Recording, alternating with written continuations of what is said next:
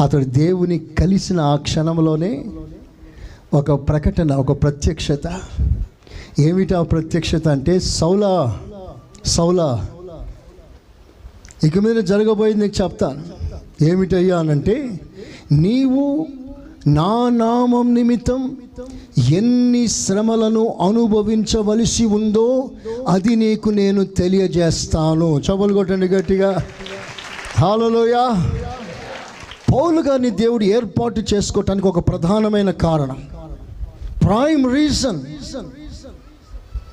Very prime reason, ప్రసంగం చేయటానికి కాదు, సంఘాలు కట్టడానికి కాదు, దయ్యాలు వెళ్ళటానికి కాదు, వెళ్ళగొట్టడానికి కాదు.